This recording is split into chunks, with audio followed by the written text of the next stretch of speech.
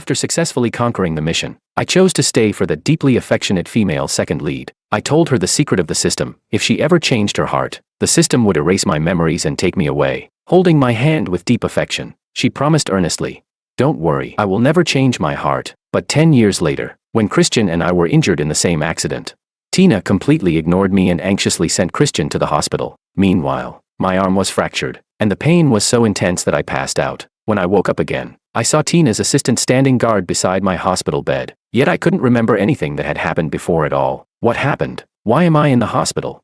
Chapter 1. The assistant's expression suddenly froze as she stared at me blankly. Half a month ago, you were hit by someone at the ski resort and got injured, so you were hospitalized. The boss was too busy to get away, so she asked me to take care of you. Don't you remember? I felt a bit lost. I was hit by someone. Yes. How could you forget again? The assistant was shocked and asked cautiously, "Today is the 10th anniversary of your marriage with the boss. You didn't forget that too, did you?" I tried hard to recall, but my mind was completely blank. My wedding anniversary with Tina had been a date I remembered by heart for 10 years, yet now I had forgotten it entirely. At that moment, the ward door was gently pushed open, and Tina walked in. "I'm here to take you home, Alan. Something suddenly came up today. You won't blame me for not staying in the ward with you, will you?"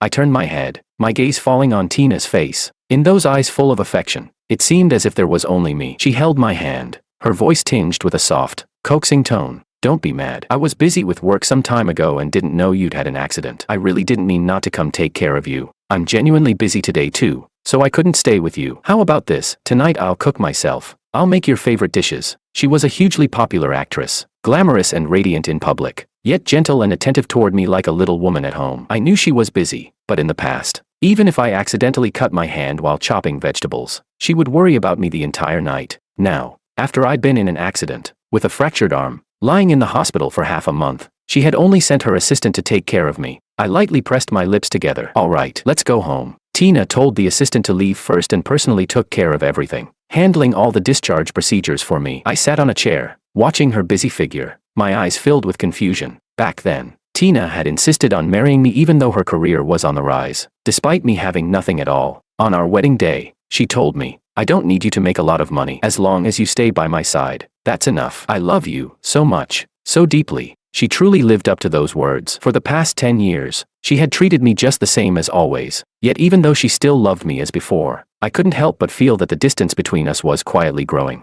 Tina returned to my side with a smile, a fine sheen of sweat on her forehead. One hand pulled my luggage, the other supported me. "Let's go. We're going home. Be careful, your arm hasn't fully healed yet." We walked out of the hospital. Just as we were about to get into the car, Tina's phone rang at the most inopportune moment. A few seconds later, she hung up with a troubled expression. "There's a last-minute job. Honey, can you go home by yourself first? I'll try my best to hurry back and be with you." I froze slightly. I wanted to say that today was our wedding anniversary, but seeing the difficult look on Tina's face, I still nodded. I returned home alone. The house was cold and empty. In the past, on our wedding anniversaries, we would always reserve a 5-star restaurant and carefully plan a proper date. Today, I was injured, she had work, and for the first time, we spent it separately. I picked up my phone and saw a tweet that Christian had just posted. Christian was the male lead of the book, and also the man Tina had loved for many years. However, Christian loved the female lead and had rejected her. After the ending of the book, Christian and the female lead did not live happily together. Just a few years later, they divorced. He had posted a photo of himself dining with Tina at a restaurant. The caption read, "10 years have passed, and you're still by my side." My face instantly turned several shades paler, an uncontrollable bitterness spreading through my chest. So the work, she mentioned, was actually going to have dinner with him. My hands trembled as I tapped into his tweet. He updated his feed frequently. Nearly all the photos from the past year were related to Tina, pictures of them holding hands, or shots filled with ambiguous intimacy. Among them, one tweet from half a month ago caught my eye. "Got knocked over while skiing with my girlfriend. Just a small scrape, but she couldn't put her mind at ease and insisted I be hospitalized and taken care of around the clock. I'm really too lucky." Skiing. In an instant, memories of the accident from half a month ago came flooding back. That day, Tina and I had agreed to go out together, but she received a last-minute work notice and had to leave. So I went to the ski resort alone. Not long after I put on my skis, a figure speeding down from behind slammed into me hard. A sharp pain shot through my arm. I struggled to lift my head, and then I heard Tina's anxious voice ringing in my ears. "Christian, are you okay?" Following the sound, I saw the person who had knocked me over being helped up by a woman, who was checking on him with obvious concern. That voice, it was unmistakably Tina's. I was wearing ski goggles and a face mask, So Tina didn't recognize me. She only coldly gave instructions to the assistant beside her. Handle the victim properly. Whatever compensation they ask for, give it to them. I'm taking Christian to the hospital. With that, she hurriedly supported Christian and left. My arm hurt unbearably, but the pain in my heart was far worse. When the assistant realized the injured person was me, he panicked and wanted to inform Tina. I spoke with difficulty, stopping him. No need to tell her, just take me to the hospital. My arm had a minor fracture. After surgical fixation, I needed to be hospitalized for observation. The assistant was frightened and still called Tina, but he didn't tell her that I was the victim, only that I'd been in an accident. Tina never came to see me. She stayed by Christian's side the entire time. Tears slid down my face uncontrollably, yet a bitter smile tugged at the corner of my lips. No wonder I'd been forgetting more and more things lately. So it turned out her heart had long since stopped being with me. The signs had been there all along, I just hadn't truly understood until now. I leaned against the window, scrolling through Christian's tweets, rereading them over and over for an entire afternoon. When night finally fell, I called out to the system. System, I give up. I want to go home. Very quickly, the system's cold, familiar voice responded. 3 days later, when your body dissipates, I will take you home. That night, I fell asleep without waiting for Tina to return. In the middle of the night, she came back and hugged me from behind. Acting spoiled as she said, "Why didn't you wait for me to sleep together tonight? You didn't even call me. Are you sulking with me?" I kept my eyes closed and didn't move. I'm just tired. Work ended late today. The big meal I promised you, I'll make it up to you tomorrow. Okay. Tina pressed her face against my back, coaxing softly, "Don't be mad." Thinking of the photo Christian had posted just hours earlier, my emotions tangled into a mess. I closed my eyes. All right, I would be leaving very soon. Whether her lies were exposed or not no longer mattered. Early the next morning, Tina pulled me from the dining table over to the wardrobe in the bedroom. "Do you remember where you put my white fishtail dress? I want to wear that one to an event today." I slowly shook my head. "I don't remember. You've always been the one organizing my clothes." But I truly didn't remember, so much so that I couldn't even recall what that dress looked like. Seeing that I still remained silent, Tina put her hands on her hips, clearly upset. "Are you angry because I didn't stay with you last night, or because I didn't stay with you in the hospital?" I already explained it. I've been extremely busy with work lately. I had no choice. I didn't have time to stay with you. "I'm not angry," I said softly as I looked at her agitated expression. "I just forgot. The system erased my memories." Tina grew even angrier. "It's been 10 years, and you're still using that non-existent system to lie to me. How could something like that possibly exist in this world?" Watching her frown deeply, bitterness and sour pain surged in my chest. So it turned out she had never believed in the system I mentioned, never believed it could really take me away. I didn't want to argue anymore. After a moment of silence, I spoke. "If you still love Christian, we can get a divorce." Tina's eyes instantly reddened. "Alan, how could you say something like that?" "Yes, I've loved Christian for 10 years. I can't completely cut ties with him, but it's only because his relationship with his wife ran into problems that I've been caring about him a bit more. You're my husband. Do you really need to be this petty? Nitpicking over him, even saying things out of spite about giving me to him. What do you take me for?" After saying that, Tina burst into tears. Without waiting for my response, she turned around and left. I stared at the door as it slammed shut. A fine, piercing pain spread through my chest, making it almost impossible to breathe. If things were really as she said, then why would my memories be gradually disappearing? "Tina, is it really that hard to admit that you've changed your heart?" The pain in my body steadily worsened, tormenting me until I couldn't sleep through the night. At dawn, I received a notification from the system. "Host, the day after tomorrow I will arrange for you to die in a car accident. Please prepare yourself." That evening, Tina came back, with Christian following behind her. She walked up to me and took my hand. Her expression was no longer as angry as it had been that morning, as if our argument had never happened. "Christian said he wanted to come check on your injury. I couldn't really refuse his kindness. I'll go cook. Can you two chat for a bit?" I glanced at Christian. "Go ahead and get busy." Tina stood on tiptoe, lightly kissed my lips, and whispered, "Don't argue. There's nothing going on between me and him." She went into the kitchen. I turned and stepped outside to get some air. Christian followed after me, his low voice carrying a hint of smugness. "Looks like your injuries are pretty serious. Too bad it's not about who's hurt worse. What matters is who's loved more." These past few days, I only had some scrapes, yet Tina stayed with me the whole time. "Does that make you sad?" My expression remained cold. "You came all this way just to say this?"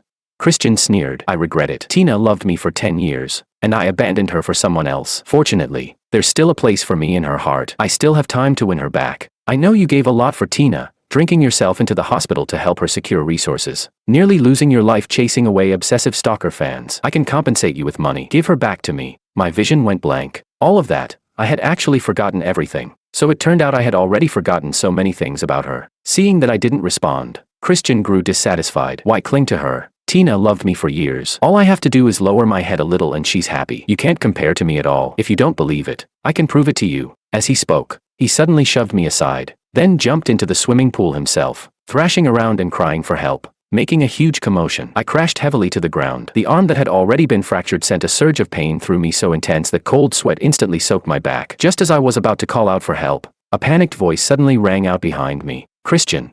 Tina rushed over without hesitation and jumped straight into the pool, pulling him up onto the shore. Christian looked utterly miserable as he leaned against her, forcing a bitter smile. "Don't blame him. I just wanted to check on his injury, and maybe I touched a sore spot, or maybe he misunderstood our relationship. So he pushed me into the pool." Cough, cough.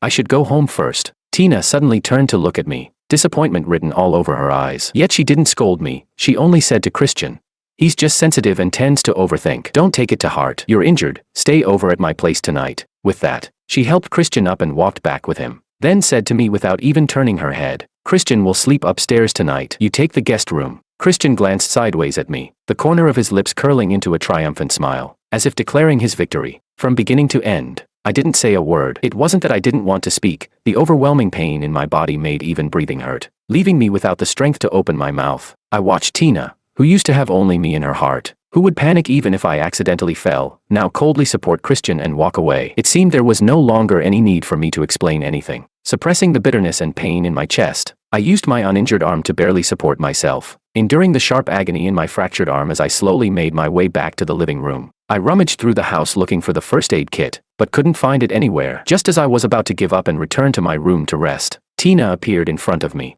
Her face was expressionless, a first aid kit in her hands, clearly just used to tend to Christian's wounds. When she saw the bloodstains on my arm, her expression changed abruptly. She hurried forward to support me. "Did your wound split open?" "Sit down. I'll take care of it." I dodged her hand. "No need. This bit of pain was nothing compared to the punishment the system had given me." Tina pressed her lips together tightly. "Are you getting back at me? Because I didn't let you sleep upstairs. Now you don't even want me to treat your injury." "Alan, you pushed Christian into the pool. He didn't do anything wrong. He's always treated you sincerely. Is it wrong for me to punish you a little?" I looked at her and said calmly, "He jumped in himself." Tina froze for a moment, then let out a cold laugh, the disappointment in her eyes deepening. "Alan, whether it's the system that will take you away or Christian framing you, I'm begging you, stop lying. Okay? I love you. That love will never change. You don't need lies to hold our relationship together." After saying that, she left me no room to refuse and made me sit down, then began bandaging my wound. I wanted to argue back, but when I saw her cold, distant gaze, I finally lowered my head and chose silence. I had thought she would believe my explanation, even just a little. Now it seemed I really had been overestimating my place in her heart. After finishing the bandaging, Tina stood up and left immediately, not even sparing me another glance. I watched her retreating figure, a sudden sharp pain tearing through my chest. But as my memories continued to fade, the ache in my heart gradually dulled as well. Only the pain in my body grew more and more intense. I returned to my room and fell into an exhausted sleep. When I woke again, the system's notification appeared before my eyes. "Host, there are 2 hours left before you return home. Please prepare yourself." I walked out into the living room. The villa was completely empty. Tina and Christian were both gone. I let out a bitter laugh. It seemed we were truly fated to miss each other. We couldn't even meet one last time. I took out the love letters Tina had given me, which I had treasured for 10 years, along with all the photos of us over the years, and burned them all. After taking care of everything, I went to the Riverside Bridge. The countdown to my death entered its final minute. Suddenly, I saw Tina and Christian in the distance, laughing and chatting as they got into the car. Immediately after, their car seemed to lose control and charged straight toward me. I was violently knocked into the air and fell off the bridge into the freezing sea below. In the very last instant before I plunged down, I saw the look of horror on Tina's face as she looked at me, and I heard the desperate cry, "Alan." I let out a self-mocking smile. I never expected that the death scenario arranged by the system would have me die at Tina's hands. At that moment, the system's cold voice rang out, "Host, the death scenario has been completed. We're going home." Chapter 2. After a bout of dizziness, my consciousness began to dissolve into chaos. The system's voice rang out once more. "I'm sending you back to the real world, but you lost. So the grand prize previously offered will be taken back. 10 years ago, when I willingly chose to stay for Tina, I believed I wouldn't lose, so I never took the 10 billion reward. Now, that 10 billion was gone, but I was willing to accept it. At this point, all I wanted was to go home. A blinding white light appeared before my eyes and gradually swallowed me whole. When I opened my eyes again, I woke up in an office. The sound of the class bell rang in my ears, and only then did I remember I had died suddenly in my office from overwork. "Teacher, why are you spacing out?" This period is your class. The voice of a colleague beside me snapped me back to reality. I stood up, picked up my teaching materials, nodded at her with a light smile, and said,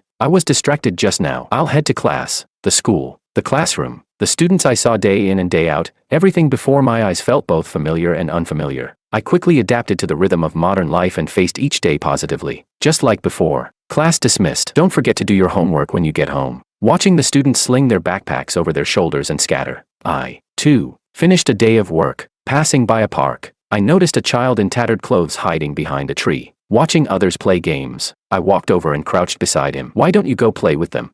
He looked at me, then lowered his head, gripping the hem of his clothes tightly as he said awkwardly, They don't like me because I'm a kid without a mom. They won't play with me. Then what about your dad? It was just a normal question, but he suddenly burst into tears. His tears flowed like a faucet that couldn't be turned off. People nearby immediately cast strange looks in my direction. I hurried to comfort him. How about I buy you something to eat? Or I can take you home.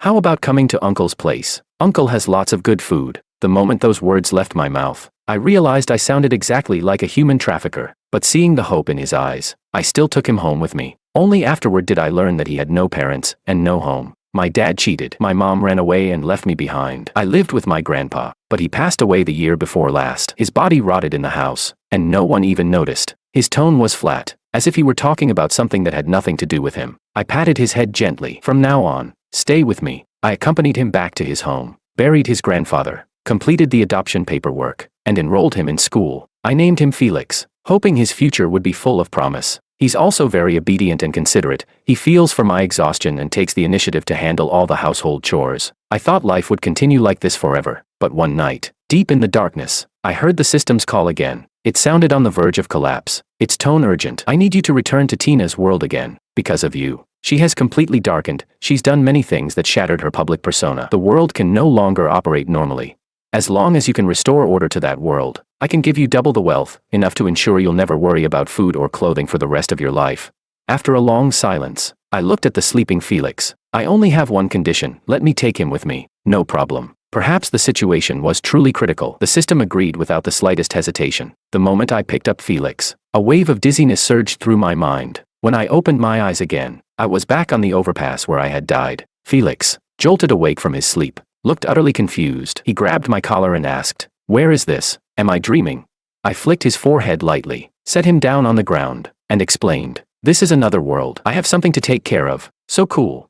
At those words, he instantly perked up and began looking around excitedly. Although it was another world, time here flowed in sync with reality. It was already past midnight. Penniless in this world, I had no choice but to take Felix back to Tina's place. I entered the password, one I knew by heart, unlocked the door, and led Felix straight to the guest room on the first floor. The house was quiet. Tina was likely already asleep. We'd have to talk tomorrow. After coaxing Felix to sleep, I stared at the ceiling for a long time before finally drifting off. Just thinking about meeting her again threw my heart into complete turmoil. I couldn't even tell what kind of emotions I was feeling anymore. The next morning, I was woken by the sound of an argument outside the door. The sharp crash of a glass shattering instantly jolted me fully awake. I hurriedly got up and pushed the door open. Tina, throwing a tantrum in the living room, didn't notice any movement behind her at all. Her face was twisted with rage, an expression I had never seen before. I want egg and lean pork congee. What is this crap you made? Are you trying to poison me? The chef beside her didn't even dare to breathe loudly and could only explain himself humbly. Miss, what I made is egg and lean pork congee. Liar. Another cup was immediately smashed to the floor, shattering into pieces. At a glance, I recognized it. It was the one Christian had given her. That seemed to be the first time she had ever mentioned Christian in front of me. That night, she had gone out for social engagements and came back completely drunk, barely able to walk. After I settled her on the sofa, I went to make some sobering soup, but couldn't find anything suitable to hold it. Later, I found a set of cups in the cabinet and used one of them to serve her the soup. The moment she saw the cup, she sobered up instantly. Panic filled her face as she poured the soup out and rushed into the kitchen to wash the cup. Who told you to use this cup? There was irritation in her voice. Not wanting to make her angry, I explained the reason. This was a birthday gift Christian gave me. It's priceless. How could you use it to hold sobering soup? That was the first time I had ever felt wronged by her. She had never lost her temper at me before, never. And the first time she did, it was because of another man. So the next day, when I cooked, I forgot her preferences. It wasn't until that evening, when she frowned and picked the cilantro out of her food, that I remembered she never ate scallions, ginger, garlic, or cilantro. Every cause has its consequence. The moment she developed feelings for Christian was the beginning of everything. The egg and lean pork congee I want should be smooth but not greasy. Redo it. If it's still bad, I'll fire all of you.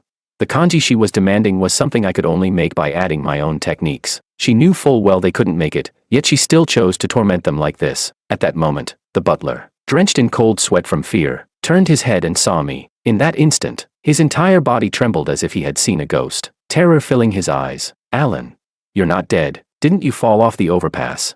Tina's body visibly stiffened. She wanted to turn around, yet didn't dare to. Then she scolded the butler harshly. "Nonsense. If he were back, why wouldn't he come see me? Don't think you can use Alan's name to get yourself out of trouble." Yet her voice trembled, thick with emotion. So, she would still feel heartbroken over me. After a long moment, I finally spoke. "Tina." The instant she turned around, her face was already drenched in tears. When she saw me, she froze in disbelief for a split second, then ran toward me barefoot, even though the floor ahead was covered in shards of broken glass. "Alan, I knew you wouldn't die. I knew you'd come back. Where have you been all this time? Why didn't you come back to find me?" I explained calmly. "A civilian boat happened to be passing under the bridge. They pulled me out of the water." She grabbed my hands helplessly, her voice choking. "I'm sorry. I'm so sorry. That day, I didn't mean it. I didn't see you." Her eyes were filled with nothing but me. She didn't notice at all that her feet had already been cut by the glass, blood streaming down. Seeing this, I frowned, scooped her up, and carried her toward the upstairs bedroom. Along the way, she clung tightly to my neck, her tears never stopping. "I know the truth now. It was Christian who framed you. After you fell from the overpass, I checked the surveillance footage. He pushed you, from beginning to end. He was the one lying to me. I was too stupid. I actually believed him. We've been married for 10 years. How could I not have trusted you? I was wrong. Alan. I'm the one who wronged you. Please give me one more chance. Let's start over. I swear, I'll completely cut ties with Christian. From now on, it'll be just the two of us, for life." After setting her down by the bed, she immediately reached out and grabbed my arm, stopping me from stepping back. "Don't leave me, okay?" I stayed silent for a long time before forcing the words out of my throat. "I'm going to get the first aid kit to treat the cuts on your feet." Only then did she loosen her grip, half believing, half doubting, her eyes never leaving me for a second. After I finished bandaging her wounds, she grabbed me again right away. "So, you've forgiven me, right?" I pulled her hand away with my other hand. When I looked at her, there wasn't the slightest trace of emotion in my eyes. I said flatly, "We're already over. Our relationship, I don't remember it anymore." Tina completely broke down when she heard that, disbelief written all over her face. "How is that possible? How could you forget our relationship? Don't you remember our wedding vows? We promised to stay together, to love each other, never to part. Alan, you loved me so much before. I don't believe it."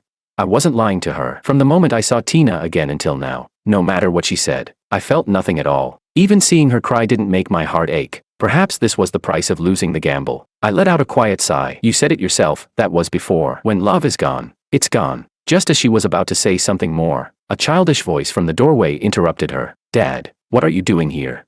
I turned around. Felix had come looking for me. He ran over and hugged me, then looked timidly at Tina, who stood there with disheveled hair. "Who is she? Your girlfriend?" Tina froze where she stood. Her expression shifted from shock to despair, and finally to utter desolation as she asked me, "Is this your child?"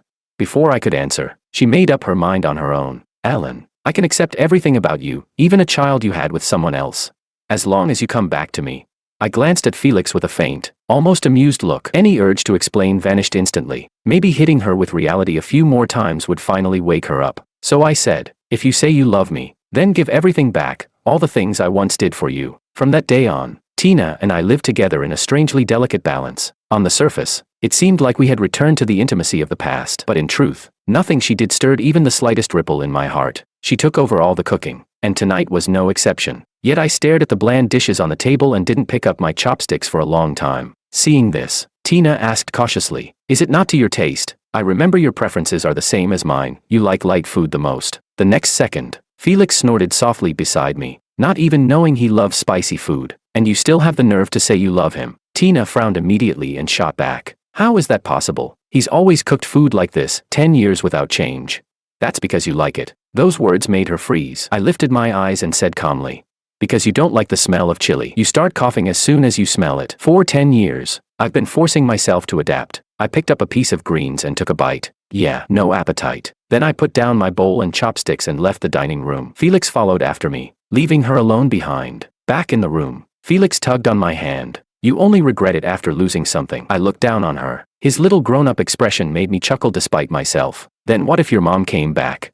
He froze for a moment, then said firmly, "You're my only family now." I patted his head. Only then did I notice thin wisps of smoke seeping through the crack under the door. Suddenly thinking of something, I settled Felix and rushed out after opening the door. The living room was filled with thick smoke. Tina was coughing as she ran out of the kitchen. Seeing this, I quickly grabbed a fire extinguisher and rushed inside. The stove was on fire. It was obvious that when sparks flared up in the pan, Tina had poured water into it. After putting out the fire and stepping out of the kitchen, Tina rushed over and hugged me tightly, then checked me all over. Just like before, her eyes filled with nothing but fear. "Thank goodness you're okay." I gave a soft Next time, don't pour water into the pan. Just cover it with a lid. "I'm sorry." Tina lowered her head to admit her mistake, looking like a child who'd done something wrong. Then, as if she suddenly remembered something, her eyes lit up and she pulled me over to the dining table. "Look, I just made spicy chicken. I can eat spicy food for you too. After all, you're the most important person to me." Just as Tina was about to step forward and hug me, Felix cut in from the side. "Auntie, what's that pitch black thing you made?" She froze, then shot Felix a vicious glare. "You little brat, what nonsense are you talking about?" After that, she turned back to me again. "I can learn to cook whatever you want to eat. If you want to stay with me forever, I can hand the company over to someone else to manage. I won't go anywhere, we'll stay together forever. Okay." Her eyes were full of pleading. If this were before, I would have refused, telling her I didn't want her to give up her career because of me. And now, I would still refuse, because I no longer loved her. I didn't speak for a long time. Instead, Felix let out a disdainful snort. "Other people's cooking is way better than yours. Don't you know? There are tons of girls lining up to cook for Dad. They're all young and pretty, way prettier than you. With so many girls liking him, what makes you think he'd turn back for you?" Felix's words threw Tina into a panic. She grabbed the corner of my clothes and kept swearing that she knew she was wrong. "Alan, you still love me, right? You're just blaming me for being good to Christian." But back then, I was fooled by him too. When he fell into the pool, I panicked and believed him. "I thought you were jealous and pushed him in.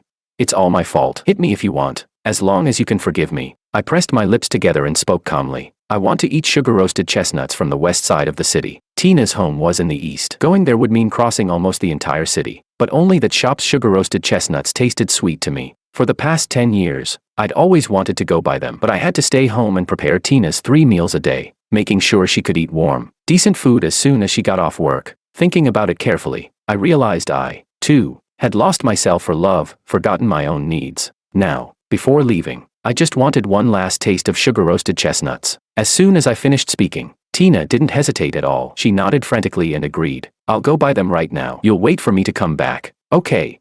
She held onto me tightly, as if afraid that the moment she turned around, I would disappear. "I won't leave. I'm still waiting for the chestnuts." Only after my reassurance did she finally relax. She grabbed her car keys and rushed out the door. "You're giving her another chance?"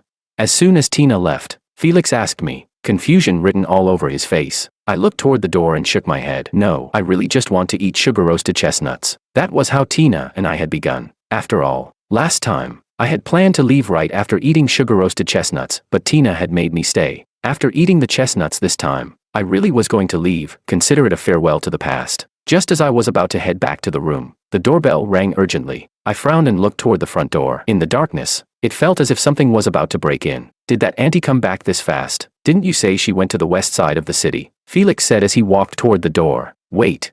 I hurriedly stopped him. The person outside wasn't Tina. I grabbed Felix by the arm and pulled him back into the room, soothing him softly. "No matter what you hear, don't come out." Then I locked the door from the inside. I let out a breath, and the moment I opened the front door, I quickly retreated away from it. When Christian saw me, he froze in shock for a split second. Then he pulled a dagger from his pocket and burst out laughing. "Alan, you're actually not dead. You're really hard to kill. Fine. You didn't die, but you even dared to come back. I was just regretting that you died with nowhere for me to vent my anger. Who knew you'd deliver yourself right to me? I only faked my death and still got kicked out of the house. If I really kill you, take a guess, will Tina skin you alive?" Seeing his crazed expression, my mood suddenly improved. "You still dare to mention Tina? Because of you, she kicked me out and stopped seeing me. I'm the one she truly loves. You were the one who showed up and stole her from me. She finally came back to my side, and then you got knocked off the overpass again. She thought you were dead and cried every single day. Everything that's happened to me is because of you." I crossed my arms and looked at him the way one might look at a stray dog. "So what? What can you possibly do to me? As long as you're gone, Tina will eventually see my sincerity." Christian let out a cold laugh. "You already fell off an overpass. Why did you even come back?" Then today I'll kill you. Only dead people don't come back. From now on, Tina will belong to me alone." With that, he raised the knife in his hand. My eyes quickly locked onto the fire extinguisher nearby. The instant Christian lunged at me, I pulled the pin and sprayed the powder straight at his face. In an instant, the living room filled with his screams. He covered his eyes with one hand while wildly swinging the dagger with the other. The powder hit Christian square in the face, completely blocking his vision. When the dust finally settled, his eyes were bloodshot, his face twisted with rage. He lifted the knife and charged at me again. Die. I dodged left and right, deliberately leading him toward the area where the glass cups had shattered earlier. My steps were nimble, carefully avoiding the shards on the floor. But Christian wasn't so lucky. He had no idea what had happened there before he arrived. With every step, he stomped straight onto the broken glass, letting out gut-wrenching screams. Yet he only grew more frenzied, until it seemed he couldn't feel the pain at all. "Alan, I'll kill you." At that moment, out of the corner of my eye, I caught a flash of white. I pretended to have nowhere left to run and backed into a corner, waiting for death to come. The next second, I heard the sound of a blade piercing flesh, yet I felt no pain. I opened my eyes to see Tina standing in front of me, her face deathly pale as she shielded me. She forced herself upright and tugged her lips into a faint smile. "As long as you're okay." Tina's sudden appearance completely threw Christian into chaos. He stared down at his trembling hands, now soaked in blood, screamed, and then fled. Tina lost too much blood and finally collapsed unconscious. I called the police, then rode in the ambulance with Tina. When she woke up, I had just returned from buying food. Seeing me, she froze for a moment, then forced a smile. "I thought you'd already left." I walked over and sat by the bed, handing her the porridge and deliberately changing the subject. "The doctor said you'll have a scar." Tina cared more about her appearance than anything else. Even the smallest scratch used to make her worry about scars, which was why I had stocked the house with all kinds of scar removal creams. But this time, she smiled indifferently. "That way, every time I see it, I'll think of you." I pressed my lips together and didn't respond. "Christian is at the police station. Once you're better, you can bail him out if you want." She frowned, completely baffled. "Are you kidding me? He stabbed me with a knife. I almost died. Let the police sentence him however they see fit." Then her tone shifted. She grabbed my hand. "You're still leaving me, aren't you? Is there really no way for us to go back to how things were?" I gently pulled my hand away, stood up, and said calmly, "Thank you for the chestnuts. They were delicious." At those words, she suddenly laughed through her tears, which kept streaming down her face. "After walking through the gates of death, I've thought through a lot of things. I made mistakes. I deserve to be punished, but losing you, this price is just too heavy for me." I smiled faintly. "Someone new will take my place." With that, I turned and left. Behind me came Tina's muffled sobs, but I never looked back again. Felix had already been waiting outside the hospital room. As soon as I came out, he took my hand. "We're about to leave. Why were you still so gentle with her? If her emotions spiral out of control, this world won't be able to maintain its balance. Only after dealing with both of them can we leave." Felix nodded, half understanding, half confused. In the end, the two of us disappeared into a field of bright light. When we returned home, I glanced at the clock. It was exactly the same time as when we had left, while we were in the other world. Time in this one had stopped completely. Felix hopped onto the bed. "You sent Christian a message after leaving Tina." He grinned brightly, clearly pleased with himself for uncovering my little scheme. "I saw your chat history in the room. You told him Tina was crying and begging you to reconcile. No wonder he went insane, watching the woman he loved become that humble for someone else. You timed everything perfectly, didn't you? Even her taking the knife for you was part of your plan." I sat beside him and didn't deny it. They owed me that. I was just taking back what was mine. "And you?" he asked. "Have you really let go?"